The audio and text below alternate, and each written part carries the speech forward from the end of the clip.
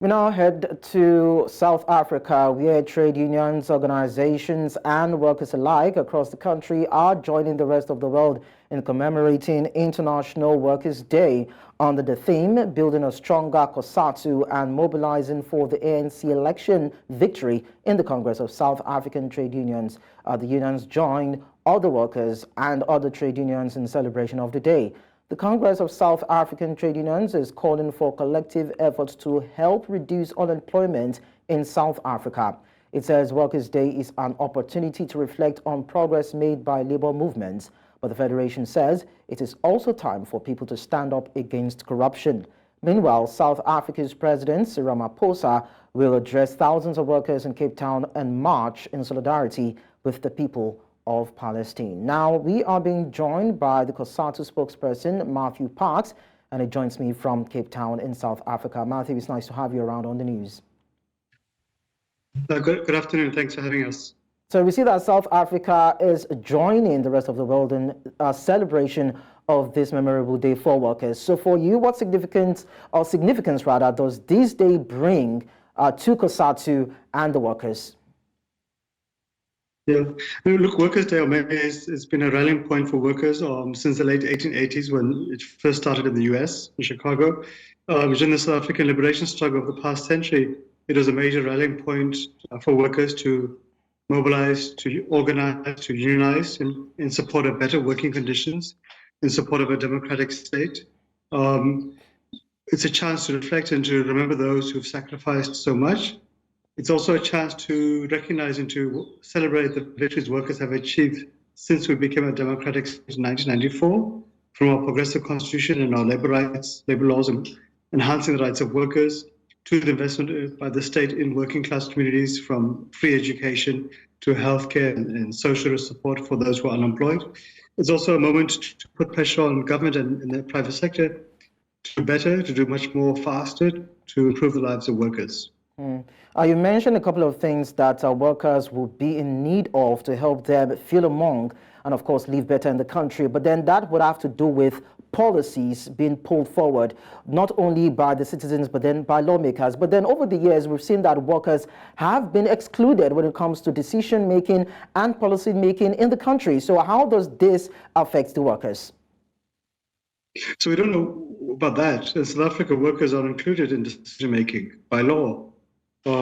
That's very clear in our constitution since 1994. So workers have been at the forefront of discussing laws and policies.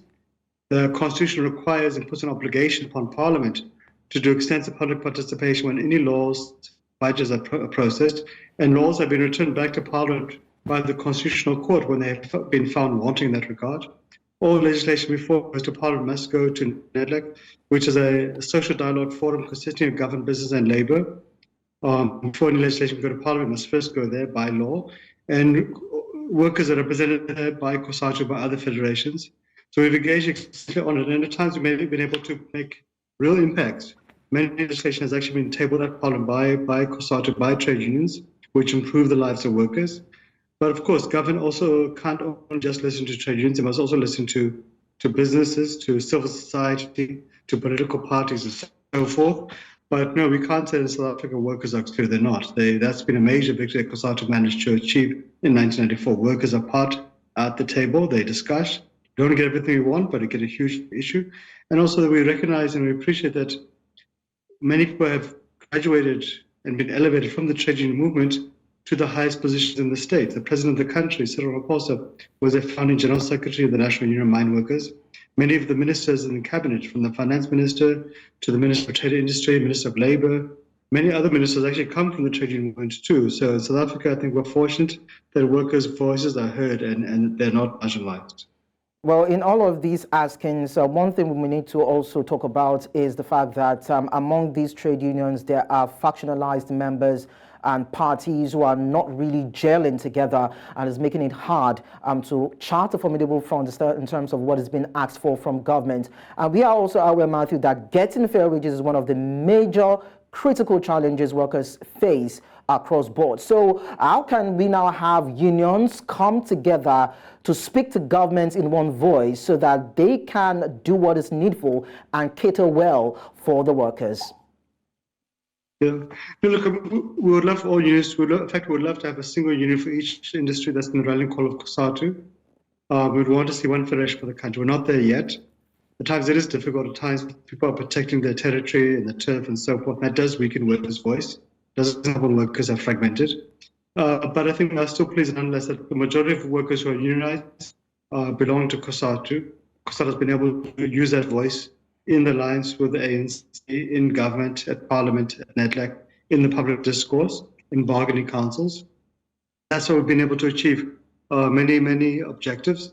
But nonetheless, it's something we do work for. We work quite close with other federations too, and even unions outside of federations, especially since COVID-19, when we were faced with an extraordinary global pandemic. We needed to collectively to work together.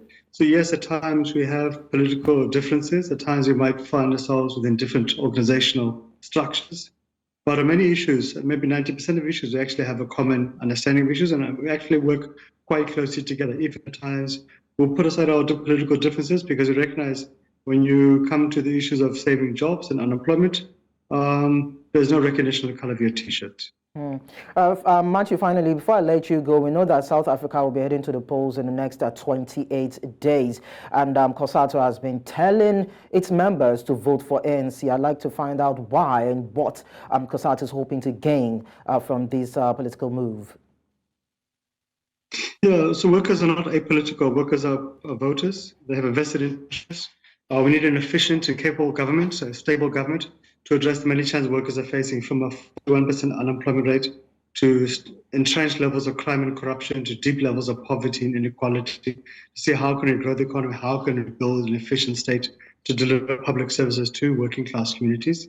Workers will see every election time a whole variety of parties pop up out of nowhere, making all sorts of promises under the sun. But the only party workers have ever known to be with workers in the struggles, from when our predecessor SACTU was banned, to when COSATU was formed, to when we had to fight for a democratic state, to draft our democratic constitution, to put in place our progressive labor laws, to investing in working class communities, to managing the COVID pandemic, to implementing a minimum wage, which has raised the wages of 6 million workers. Only one party has been part of that journey with COSATU, and that's the ANC. And this is why workers, time and again, in the last 6 elections, have returned to the ANC to office every single time with the absolute majority nationally eventually. Okay. It's the only reliable ally we've ever had. It's not perfect, we have ups and downs. But when you look at opposition parties on the right-wing spectrum who promise to scrap the minimum wage, to scrap our labor rights, we can't support them. We look at parties on the pseudo-left, the populist fringe elements, who promise all sorts of crazy things. We can't risk the fate of the country with them either. So the only sober, mature vehicle we've ever seen work with us is the ANC. Okay. That's why workers will vote for the ANC in 4 weeks' time. All right. Matthew Parks, thank you so much for sharing your thoughts with us. Okay, thank you.